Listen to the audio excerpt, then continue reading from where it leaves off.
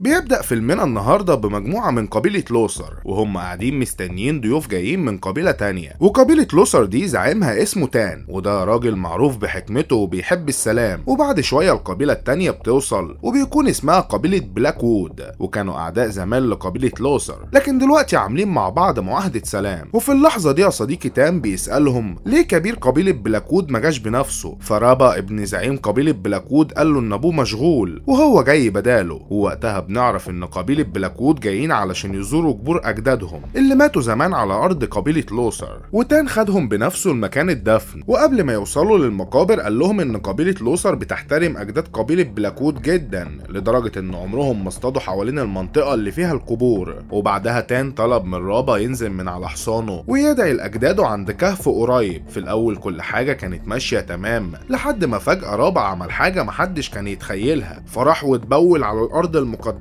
وكان ناوي يلبس التهمة لقبيلة لوثر ويبين قدام الكل انهم مش بيحترموا اجداده. بس اللي هو ما يعرفوش ان هونجي ابن تان كان بيراقبه وشايف كل حاجة من بعيد. وهونجي بسرعة خد حجر ورماه على رابا، وبعدها جرى على طول علشان يقول لابوه على اللي حصل، لكن للأسف ما كانش سريع كفاية ورابا مسكه. والمفاجأة ان رابا قلب السحر على الساحر وقعد يقول ان هونجي هو اللي دنس القبور بتاعت اجداده وان هو اللي عمل الفعل المشين ده. فهونجي حاول يدافع عن نفسه وقال له انه شاف رابا وهو بيعمل كده وما عملش حاجه غير انه حاول يمنعه، لكن رابا كان رافض يعترف باي حاجه وكان مصر ان هو بريء. فرابا قال بصوت عالي انه مستحيل يقبل باهانه اجداده وانه مش هيسيب الموضوع يعدي كده، ووعد قدام الكل انه هيرجع لابوه ويحكي له على اللي حصل وان الحرب لازم تقوم. فتان زعيم قبيله لوثر كان تايه ومش عارف مين اللي بيكذب ومين اللي بيقول الحقيقه. لكن فجاه هونجي عمل حاجه ما كانش حد متوقعها، عرض نفسه للاعدام لكن بشرط انهم ينهوا المشكله ومفيش حاجه تكبر اكتر من كده. وفعلا بعدها وهم بيجهزوا لاعدامه رابا اتكلم وقال ان حتى لو هونجي اتعدم هو برضه هيرجع يقول لابوه ان قبيله لوثر هي اللي غلطت،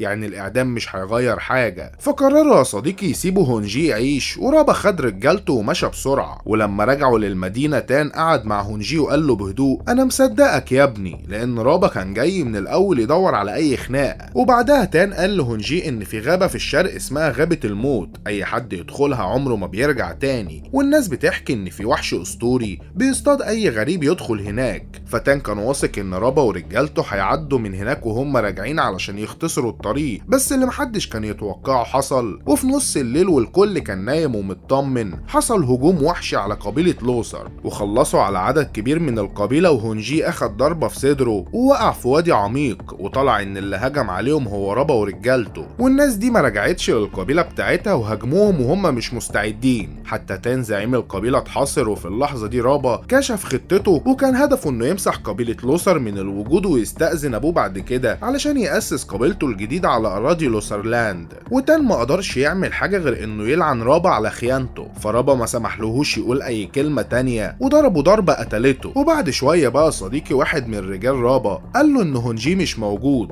لكن رابا ضحك وقال له اكيد مات في الوادي ومش هنشغل دماغنا بيه. وتاني يوم هونجي طلع لسه عايش وبسرعه رجع على قريته، بس اول ما وصل اتصدم بان كل رجاله قبيله لوثر اتذبحوا. فواحده من الناس اللي لسه عايشين مسكته وقالت له كل ده حصل بسببك، انت كذبت لما قلت ان رابا هو اللي اتبول على القبور. فهونجي ما ردش ودخل بيته لم سلاحه وقلبه مليان نار وعارف انه مش هيرتاح غير لما ياخد طار اهله. وقبل ما يمشي ساب رساله مع اخته وقال لها لو ما رجعتش قولي للناس الحقيقه انا ما كذبتش. وبعد كده يا صديقي بنروح لرابا ورجالته اللي وصلوا عند مفترق طرق وهم راجعين، ورابا كان عايز يختصر الطريق وقال لهم يعدوا من غابه الموت، وقال ان كده هيوفروا 5 ايام سفر. بس واحد من الرجاله وقف وقال له انت نسيت الاساطير ولا ايه؟ اي حد بيدخل الغابه دي ما بيطلعش منها. والراجل اللي اعترض على رابا ده ما وقفش عند كده وحكى لهم عن اسطوره قديمه عن محارب مرعب عايش جوه الغابه، بيقولوا انه في يوم من الايام ذبح كل افراد قبيلته بايديه، ومن ساعتها محدش قدر يوقفه. لكن رابا ضحك على الكلام ده وقال لهم دي خرافات عيال صغيره، احنا هنعدي من الغابه. وبالفعل امرهم يتحركوا. وبعد شويه يا صديقي هونجي وصل لنفس المكان اللي رابا ورجالته عدوا منه، ومن غير تفكير دخل وراهم في غابه الموت. لكن هو ما كانش داخل علشان يعدي، هو كان رايح يدور على المحارب الاسطوري بنفسه. ومع غروب الشمس هونجي قابل ست في الغابه قالت له بسرعه امشي من هنا حالا، لان المحارب الوحش لو شافك هيخلص عليك. لكن هونجي رد عليها بهدوء، قال لها انا جاي مخصوص علشانه وعندي كلام لازم اقوله له. وبعدها دخل كوخ صغير ولقى قدامه المحارب، وكان وشه مليان جروح وعينيه بتطق شرار. فهونجي وقف قدامه بس اكتشف ان اسمه الحقيقي هو ماكاري. وفي اللحظه دي ماكاري بصله بنظره مرعبه وقال له جاي هنا ليه؟ هقتلك وهاكلك كمان. لكن هونجي ما خافش ورد عليه وقال له انا جاي اطلب مساعدتك، في ناس قتلوا قبيلتي كلها ودخلوا الغابه دي من غير خوف، والناس دي بتكون من قبيله رابا وانا عايز اخد بطاري. وفجاه الست اللي حذرته قبل كده ظهرت تاني وطلعت مرات ماكاري وقالت له ساعده يا ماكاري، دي فرصتك تمسح اللي عملته زمان، فاكر لما ذبحت قبيلتك كلها؟ فساعد الولد ده يمكن ربنا يغفر لك. فماكاري سكت للحظه كده ونظرات عينيه اتغيرت ووافق يساعد هونجي. وفي اللحظه التانيه رابا ورجالته كانوا واخدين استراحه، فواحد منهم فتح شنطته ولقى جواها سحليه. فالراجل اتوتر وقال دي نظير شؤم، لان قبيلتنا بتؤمن ان السحالي دي علامه لعنه، واحنا دخلنا غابه الموت يبقى اكيد ملعونين. لكن رابا ضحك باستهزاء وقال له كفايه خرافات يا جبان. وتاني يوم 2 من رجالته اقترحوا انهم يمشوا ناحيه الجنوب ويخرجوا من الغابه قبل فوات الاوان، لكن رابا ما سمعلهمش وامر باقي المجموعه انهم يكملوا في طريقهم جوه الغابه. اما الاتنين اللي اعترضوا فطردهم من المجموعه ورماهم لوحدهم في الغابه. وبنروح لماكاري اللي كان واخد هونجي من طريق مختصر، والاتنين بيجروا باقصى سرعه علشان يلحقوا رابا قبل ما يفلت.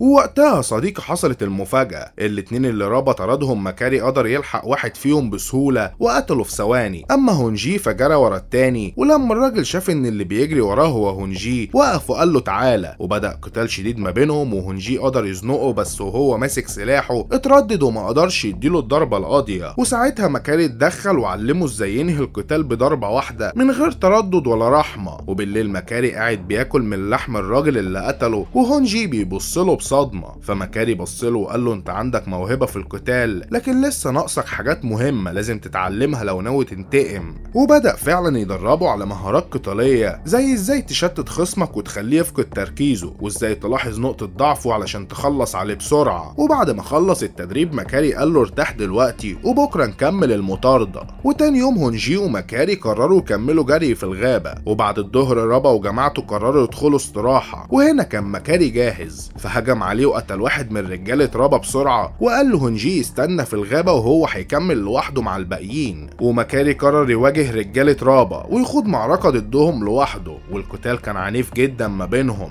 اما هونجي فواحد من رجاله رابا كان متابعه وقدر يوصل له اخيرا، وهونجي ما ترددش ودخل قصاده في القتال، ومن خلال التدريبات اللي خدها من ماكاري قدر يهزمه بسهوله. وبنرجع لماكاري اللي كان بيطحن في رجاله رابا، وعلى الرغم من ان ما بقاش قادر خلاص الا انه فضل صامت في القتال. وقبل ما هونجي ييأس وصل في الوقت المناسب علشان ينقذه ويكملوا قتال مع بعض. فرابا حس ان ممكن ما يقدرش يواجههم، وكان واضح انهم مش هيقدروا يهزموا ماكاري بسهوله. فطلب بقى من رجالته انهم يقفوا قدام هونجي وماكاري علشان يهرب، لكن القتال استمر بشراسه لحد ما ماكاري وهونجي اخيرا هزموا الباقيين. وبعد المعركه العنيفه دي ماكاري وقع على الارض تعبان جدا وما كانش قادر يتحرك. وبالليل هونجي عالج جروح ماكاري باستخدام علاج تقليدي من الاعشاب علمه ليه اجداده. وعدت ساعات طويله لحد ما ماكاري بدا يرجع للوعي، وبعد ما استعاد وعيه تاني بدا يحكي قصته، وهو انه كان السبب في مذبحه قبيلته بالكامل. والمجزره دي حصلت بسبب انه فشل في مهمه كانت مخصصه ليه من قبيلته، وكانت مهمته توسيع حدودهم على حسب القبائل المجاوره. لكن ماكاري فشل في المهمه دي وخلى قبيلته تلومه على الفشل، وبسبب فشله في مهمته ماكاري ومراته اتحكم عليهم بالاعدام. لكن ماكاري في اخر لحظه بيقلب الامور وبيقتل افراد قبيلته كلها. والكوخ اللي هم بيقعدوا فيه دلوقتي كان ملك رئيس قبيلته زمان. وتاني يوم رابا وجماعته استمروا في رحلتهم، لكن كانوا بيتحركوا ببطء بسبب اصاباتهم من المعركه اللي فاتت. وفي نفس الوقت ده كمان يا صديقي هونجي وماكاري استمروا في مطاردتهم. فوهم في الطريق قابلوا ست جميله ومعاها 2 رجاله من قبيله تانيه، والست سالتهم هم بيدوروا على ايه. فهونجي شرح لها مهمتهم، وبعد ما الست سمعتهم عرضت عليهم يقضوا الليله مع بعض في المعسكر لان الليل كان قرب يدخل. وفي نفس الليله دي هونجي كان نايم بعمق وفجاه اتفاجئ بصوت دوشه، ولما صحى اكتشف ان ماكاري كان في قتال مع الست ورجالتها، والاتنين الرجاله ماتوا وماكاري قتل الست بكل سهوله بمهارات عاليه. وهونجي وصل للمكان وشاف اللي حصل، وكان زعلان جدا وغضبان لان شايف ان ماكاري ما كانش ليه الحق يقتل الست وناسها. فماكاري شرح له ان الست والمجموعه بتاعتها كانوا جايين علشان يقتلوه،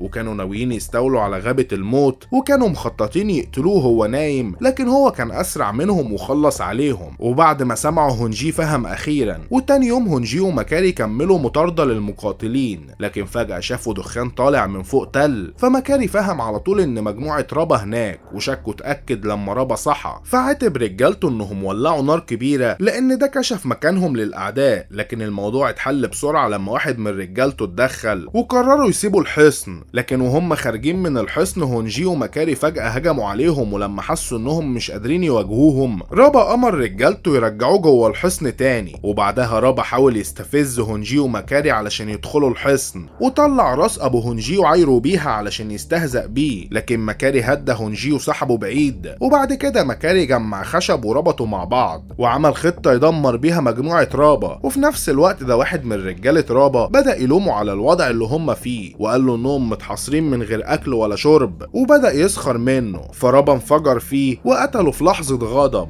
وبعد ساعة 2 من رجالة رابا اكتشفوا بالصدفة صندوق مليان اسلحة، وقالوا لبعض دلوقتي عندنا اسلحة هنقدر نهزم هونجي ومكاري بيها. وبعدها هونجي ومكاري كانوا شايلين حطب ورموا الحطب جوه الحصن، لكن رجالة رابا اللي بقوا مسلحين ردوا عليهم برمي الرماح. ومكاري شاف اللي حصل فشاور لهونجي وقال له يتراجع ويعيدوا تفكير في خطتهم. فوهم مستخبيين وبيراقبوا الحصن، فجأة هونجي لاحظ ان مجموعة رابا هربت جوه الغابة، ومن غير تردد قرر هو ومكاري يطاردوهم علشان يخلصوا عليهم فورا. لكن لما هونجي قرب من الحصن وشاف راسابوه المقطوعة لسه موجودة على الارض اتأثر جدا وخد قرار انه ياخد راسابوه. لكن اول ما دخل الحصن اكتشف انه وقع في فخ، وفي اللحظة دي رابا وواحد من رجالته هجموا عليه وابتدت ما بينهم معركة عنيفة. وفي نفس الوقت ده مكاري لاحظ ان هونجي مش وراه، فلف لورا علشان يدور عليه، فتعرض لهجوم من تحت الارض وعصاية دخلت في بطنه، لكنه مع ذلك ما استسلمش. وفي نفس الوقت ده يا صديقي باقي رجالة رابا بدأوا يحوطوه من كل مكان، ورغم الإصابة الشديدة مكاري قتلهم بكل عزيمة وإصرار وقدر يهزمهم كلهم، وجرى على الحصن علشان ينقذ هونجي. ولما دخل الحصن كان هونجي بيتصارع مع رابا واخر واحد من رجالته، لكن في اللحظة دي مكاري وصل على طول وواجه رابا ورجالته، ورغم الإصابة اللي عند مكاري إلا إنه قاتل بشجاعة وما استسلمش، واتحط في مواقف قتالية صعبة وكان هيموت، لكن قدر في النهاية إنه يستجمع قوته وينتصر على المقاتل. وكان تعبان جدا ودمه بيتصفى. وهانجي كان متحاصر من رابا، وللأسف رابا شاف مكاري جاي من وراه فلف بسرعة علشان يهاجمه، ومكاري بسبب ضعفه ما قدرش يقاوم رابا، فرابا اداله الضربة القاضية. ولما هانجي شاف مكاري بيموت دخل في حالة غضب شديدة وبدأ يقاتل رابا بكل قوته. والمعركة كانت صعبة، لكن في الآخر هانجي قدر يسيطر وثبت راية بالأسلحة بتاعته، فرابا استسلم وابتدى يحس إنه هيموت. لكن هانجي قرر يسيبه يهرب، وهانجي قال له إنه لو قتل رابا هيكون في دايرة انتقام ملهاش آخر، لأن أبو رابا هيرجع ينتقم. وهانجي قال إن رابا وقبيلته دلوقتي مديونين ليه بحياتهم. وبعد ما خلاه يمشي هانجي قرب من مكاري اللي كان لسه عايش، لكن حالته كانت حرجة جدا. ومكاري قبل ما يموت شكر هانجي وقال له أنا دلوقتي حاسس إني ممكن أموت وأنا مرتاح. واستعد هانجي بعدها يرجع بيته ويبني قبيلته من تاني. ولحد هنا يا صديقي بيكون خلص فيلمنا. فلو وصلت لحد الحتة دي من الفيديو أحب أشكرك جدا إنك تابعت الفيديو للنهاية، وما تنساش تدعمنا بلايك وتشترك في القناة علشان نوصل لل100 ألف مشترك، واكتبولي في الكومنتات عايزين أفلام إيه تانية. وبس كده، سلام.